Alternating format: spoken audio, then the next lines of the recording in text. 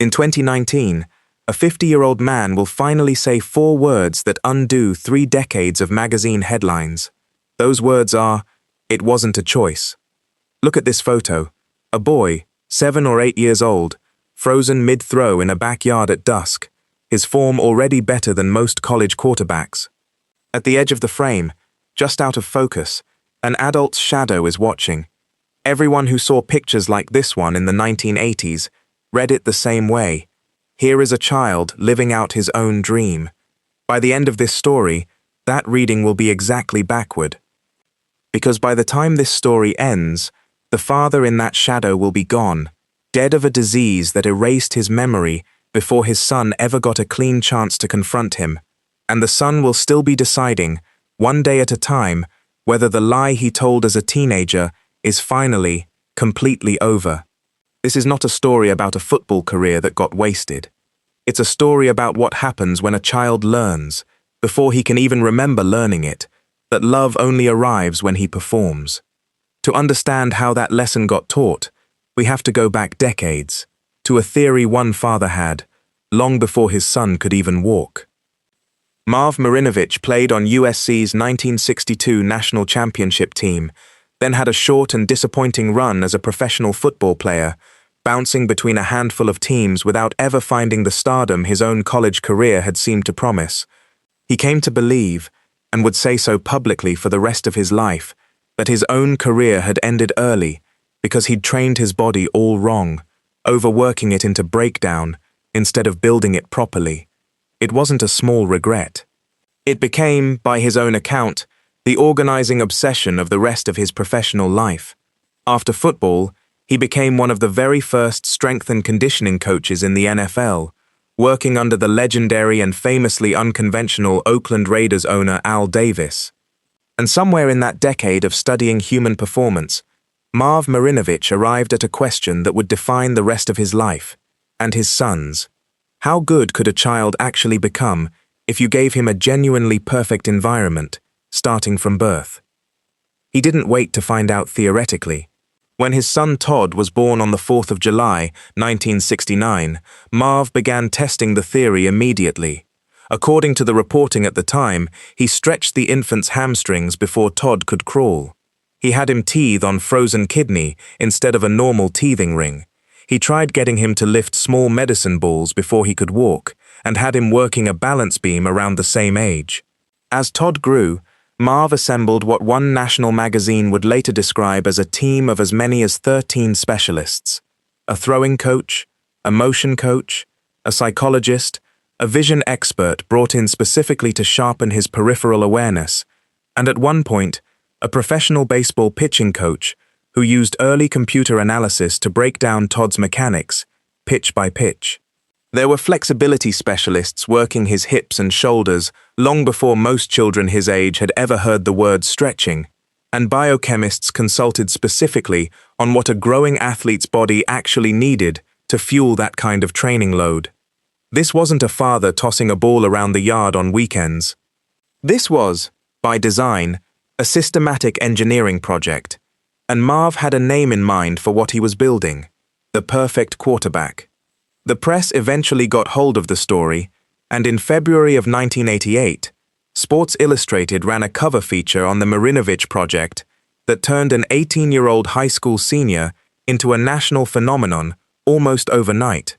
It landed in a decade already fascinated by the idea of manufactured excellence, from Eastern Bloc state sports programs to American parents experimenting with their own versions of early specialization, but nobody had done it quite this publicly, or this completely, with an American football player.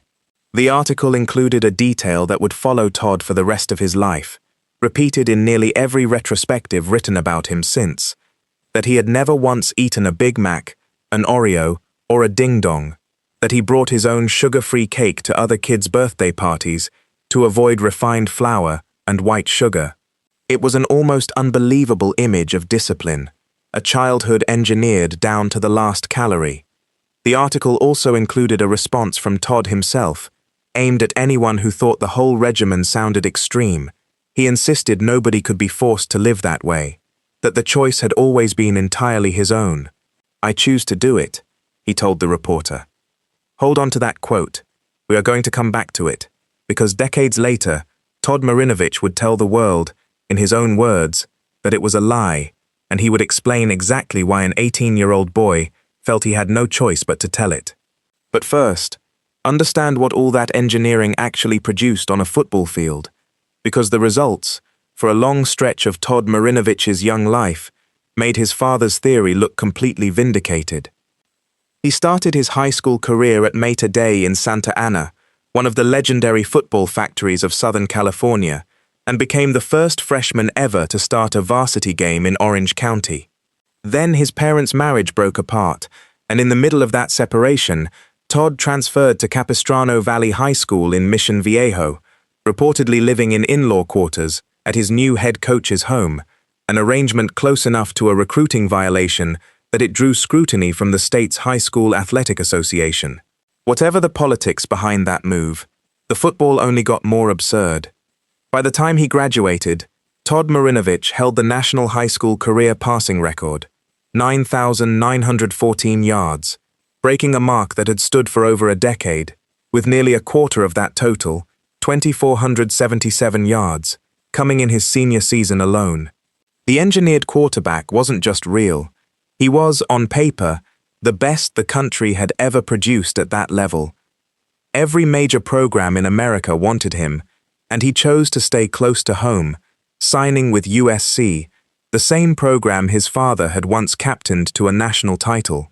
He redshirted his first year, which should have meant at least one more season of quietly learning the system from the sideline behind an established veteran named Pat O'Hara. Then, 10 days before the 1989 season opener, O'Hara tore up his knee, and the coaching staff had no real alternative left.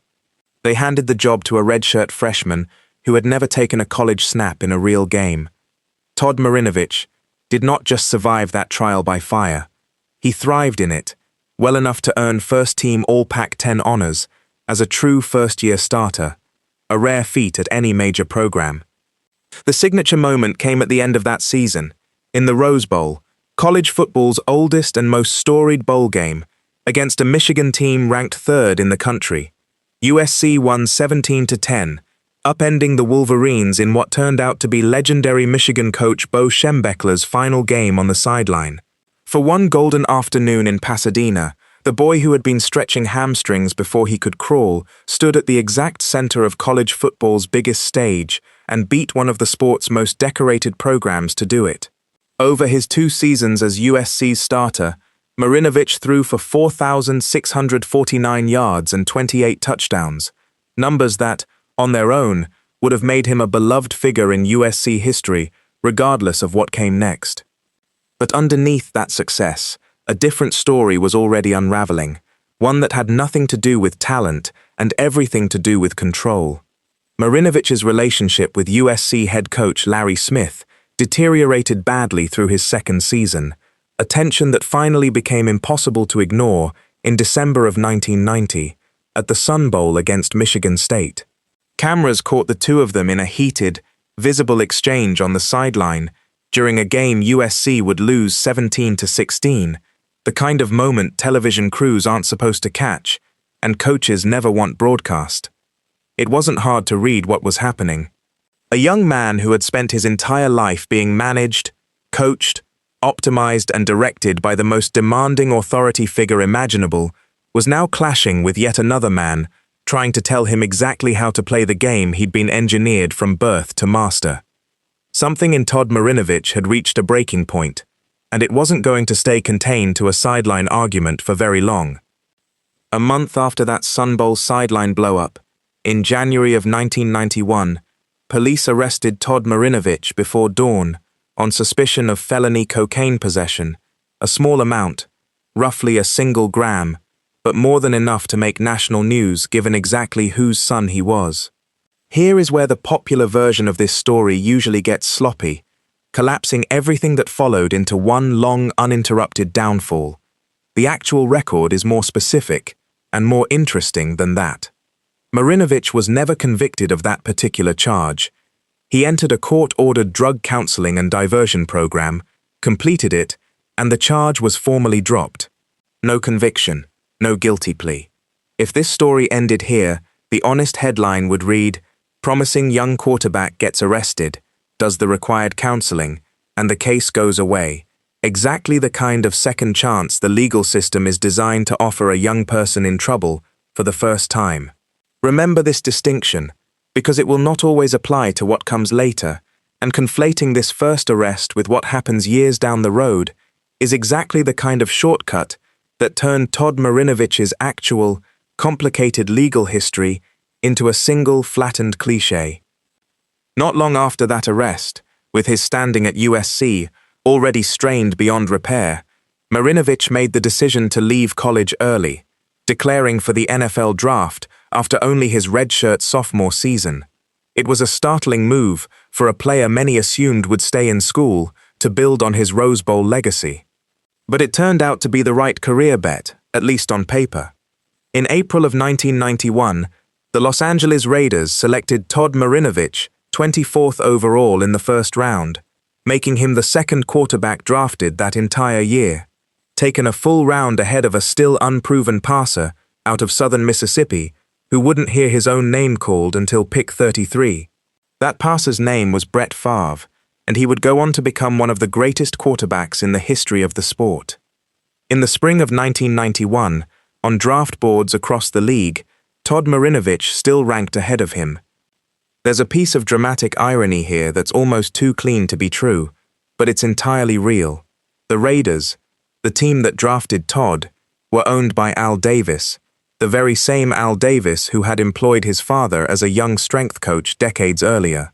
Davis had built his entire reputation on exactly this kind of unconventional bet, trusting his own read on a player's physical tools over what more cautious front offices might have concluded. And a quarterback whose whole life had been organized around producing NFL-caliber mechanics was precisely the kind of prospect his instincts gravitated toward. According to reporting from the time, Davis personally scouted Todd's pre-draft workout himself. The engineered quarterback, built from infancy specifically to succeed at the highest level of the sport, was now playing for the exact organizational lineage that had shaped his father's own football philosophy. It read, at the time, like fate closing a loop that had been open since before Todd was born. His NFL beginning did nothing to dampen that storyline. In a nationally televised Monday night preseason game against Dallas that August, Marinovich looked sharp and composed well beyond his experience level. But once the real season started, he mostly watched from the bench, a rookie learning the professional game the way most rookies do, in small doses. His chance finally came in the final week of the regular season, when starter Jay Schroeder went down injured, and Marinovich got his first career start against Kansas City. He responded well, 23 completions on 40 attempts, 243 yards, 3 touchdowns. In a game the Raiders ultimately lost narrowly, it was good enough to earn him a playoff start the following week. That playoff start went about as badly as a first postseason start can go. Marinovich threw 4 interceptions in a 10-6 wildcard loss, and afterward, according to reports from inside the locker room, he was so furious with himself that he smashed a mirror with his own helmet. It's a small, human, almost painfully relatable image.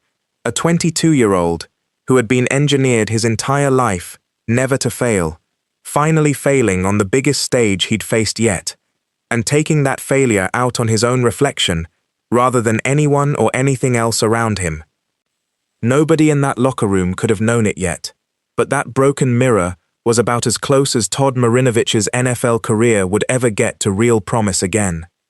Marinovich came into the 1992 season with a real chance to claim the starting job outright, and for a few weeks, it looked like his moment had finally arrived. The Raiders opened the year 0-2, and the coaching staff turned to him to try to right the ship. He responded with a 395-yard passing performance in his first start, an encouraging sign even though the team lost. He then won 3 of his next 4 starts, stabilizing a struggling offense just enough to suggest the promise everyone had seen since childhood might finally be translating to the professional game. Then, in a game against Philadelphia, he threw 3 interceptions, and the Raiders benched him for veteran Jeff Hostetler. Todd Marinovich never played another snap in the National Football League. Go back to the photo now. That child in the backyard, frozen in perfect throwing form, a shadow watching from the edge of the frame. Everything about that image was engineered to produce exactly what happened next in this story. Total, uncompromising precision. Instead, what happened next was a body that kept failing its own drug tests. Marinovich failed his second NFL drug test, and then failed a third, this one for marijuana, during training camp in 1993. The league suspended him for the entire season. When his suspension ended, the Raiders released him on final cutdown day rather than bring him back, reportedly unwilling to keep paying a suspended player's salary in the final year before the league's salary cap took effect. His entire NFL career, from that Monday night preseason debut to his final benching, added up to 8 games, all as a starter, 104 completions on 205 attempts, 1,345 yards, 8 touchdowns against 9 interceptions, and a passer rating of 66.4. 3 wins, 5 losses. 8 games. That's the entire professional payoff for a lifetime of engineered preparation. 13 specialists, a vision coach, a psychologist, and a father who had reorganized his own life around building the perfect quarterback. Whatever else this story turns out to be about, it is, at minimum, a story about a return on investment that never remotely arrived. What followed was not a swift, clean exit from football, but a long, stubborn refusal to accept that the project was over, running in parallel with a legal history that would stretch across the next quarter century. He signed with the Winnipeg Blue Bombers of the Canadian Football League in 1994, once his NFL suspension lifted, only to suffer a serious knee injury in training camp and never take a snap for them. He reportedly turned down an offer to sign with the Pittsburgh Steelers as a third-string quarterback around this time, saying afterward that he simply didn't like the culture of the NFL, a striking thing for a man to say about the league his entire childhood had been aimed at reaching. In 1997, the story took a genuinely different turn, one that deserves to be named precisely rather than blurred into everything else. Police found Marinovich cultivating marijuana at his home in Dana Point, along with an additional charge for illegally possessing prescription medication. This time, there was no diversion program, no dropped charge. He pleaded guilty to a felony marijuana cultivation charge and served 3 months in jail.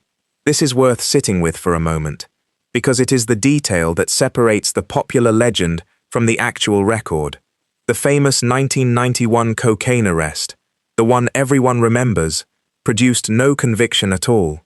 It was this quieter, far less discussed 1997 case that produced Todd Marinovich's first real criminal conviction and his first real jail sentence. The legend picked the wrong headline to remember. By 1999, he was chasing football again, signing with the CFL's BC Lions and appearing in 3 games as a backup, 29 completions on 50 attempts for 408 yards, a brief, modest return to competitive football, roughly 6 years after his last NFL snap. It is worth noticing how much smaller these comeback attempts kept getting, and how little that seemed to matter to him. A man once projected as a generational NFL talent was now fighting for a handful of backup snaps in Canada, and by every account, still desperate for the chance. Then, in 2000, he found an unlikely home in the Arena Football League with the Los Angeles Avengers, a fast, high-scoring indoor version of the sport that rewarded exactly the kind of quick-release arm talent his childhood had been built to produce. He produced one of the strangest, most tragic highlights of his entire career there, a 10-touchdown passing performance against the Houston Thunderbears that tied the league's single-game record, a genuinely spectacular feat, made almost unbearable by what Marinovich has since said was actually happening inside his body that night. By his own account, he played that record-setting game while going through heroin withdrawal. The same year that produced the best statistical game of his football life was the year heroin had already taken hold of him completely. The heroin didn't stay contained to that one withdrawal-fueled game. According to reports, On the very day Marinovich collected his signing bonus check from the Avengers, he was arrested buying heroin, an almost unbearably literal image of money and addiction colliding in real time. He became the team's designated franchise player in 2001, and that same year, after being ejected from consecutive games, the Arena Football League suspended him indefinitely for what the league called conduct detrimental to the team. His final AFL numbers still stand as a strange testament to talent surviving inside chaos: 62 touchdown passes, 21 interceptions, over 3,000 yards, an 88.72 passer rating, a genuinely productive career by the league standards, compiled by a man who was actively falling apart the entire time he produced it. The next decade and a half followed a pattern that will feel familiar and exhausting in exactly the way addiction actually is, for the people living through it and the people watching from outside it. In August of 2004, police arrested him for methamphetamine and syringe possession.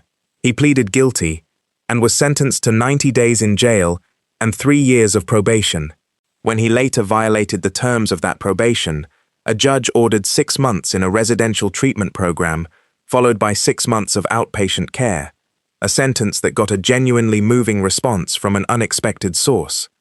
23 of his former USC teammates reportedly pooled their own money to help cover the cost of his treatment, refusing to let the quarterback who'd once led them to a Rose Bowl disappear without a fight.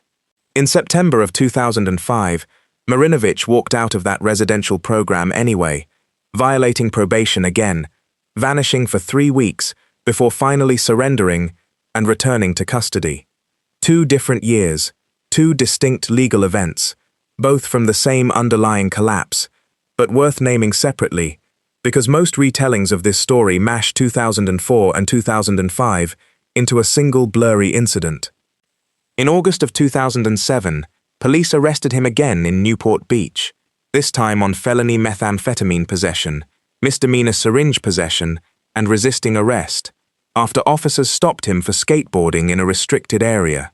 He pleaded guilty that October and received 5 years of formal probation, along with a year in a drug rehabilitation center through Orange County's specialized drug court, a sentence built around treatment rather than punishment. 2 years later, a probation-related court appearance he missed sent him briefly back into custody, a detail that gets misattributed in some retellings as jail time for the original 2007 case, when it was actually a separate consequence entirely. The lowest, strangest point came nearly a decade later. In August of 2016, police in Irvine found Marinovich naked in a stranger's backyard, apparently having tried to get through a sliding door, with a bag nearby containing methamphetamine, marijuana, syringes, a pipe, and, almost absurdly, his own wallet left sitting on a nearby trail. This is not a detail this story needs to linger on or dramatize further. It's simply the truth of where 3 decades of engineered perfection had eventually led. A 50-something former first-round draft pick, naked and disoriented in a yard that wasn't his. He pleaded guilty the following March to 5 misdemeanor counts and was sentenced to 90 days in jail, stayable if he completed 6 months of outpatient rehab plus 3 years of probation. As of the public record available today, it stands as his most recent conviction. But something had already started shifting inside him before that final arrest. Something that had nothing to do with football or the legal system at all. Back in 2011, Espen had profiled his life in a documentary called The Marinovich Project, and in the process of making it, cameras caught him doing something nobody had built him for: painting. It started, by most accounts, as a form of therapy, a way to process everything without needing a substance to do it, and one of his earliest pieces was an abstract self-portrait on plexiglass that he called The Alchemist, a title that reads, in hindsight, like a man describing his own attempt to transform something toxic into something worth looking at. After the documentary aired, commission requests started arriving, people wanting his art specifically because of who he was and what he'd survived, and Marinovich kept painting, eventually producing pieces the Oakland Raiders themselves would come to commission, the same organization that had drafted him 20 years earlier under the ownership lineage tied to his own father's old career. Then, in 2019, Sports Illustrated brought him back for a follow-up profile, and this time, Todd Marinovich finally said what he hadn't been able to say as an 18-year-old on the cover of that same magazine 3 decades earlier. He described a father capable of real cruelty, open-handed slaps delivered during car rides home. Open-handed, he explained, so his father wouldn't bruise his own knuckles, and a day his father ripped the name Marinovich off the back of his jersey, telling him he hadn't earned the right to wear it.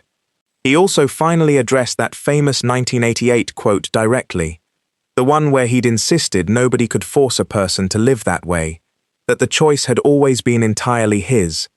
Decades later, he explained that the only version of love he'd reliably felt as a child had arrived only when he was performing well, a realization he called, bluntly, super sick.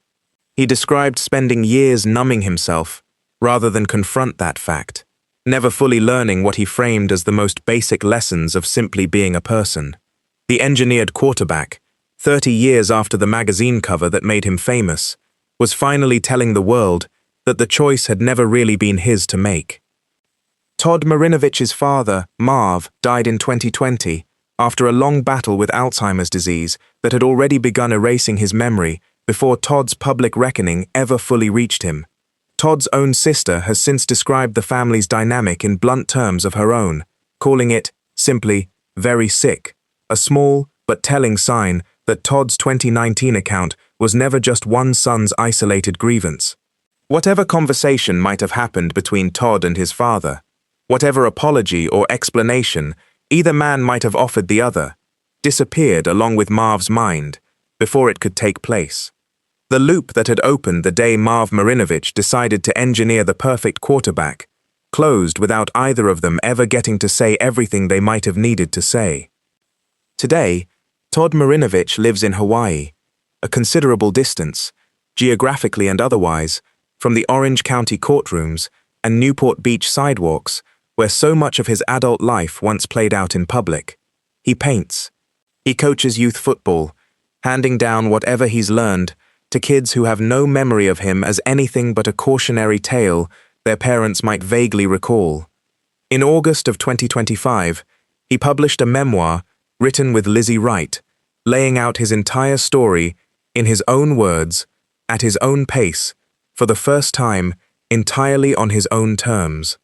He does not claim, in that book, to have finally beaten it for good. He writes with disarming honesty that he cannot promise anyone he'll stay sober for good, and that readers who doubt it are thinking about it exactly right.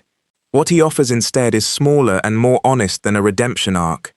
Every day is game day, he has said, describing a life he gets through only with the deliberate, daily support of the people around him. Now look at that photograph, one final time. A child in a backyard, frozen in perfect throwing form, a shadow watching from the edge of the frame. For 30 years, that image was read as a story about willpower, about a boy who simply wanted greatness badly enough to build himself into a machine capable of achieving it. It was never that. It was a story about a child learning, before he could form the memory of learning it, that being loved and being useful were the exact same thing, and spending the next 5 decades slowly, painfully, unlearning that lesson one relapse and one honest interview at a time. Some men lose everything and eventually find their way to peace with it. Todd Marinovich has found something quieter and more honest than peace, the willingness, finally, to say the training was never really his choice at all. Next time, we go back to a state that had never sent a player to the first round of the draft, to find out what a gambling addiction actually costs a man who already had everything.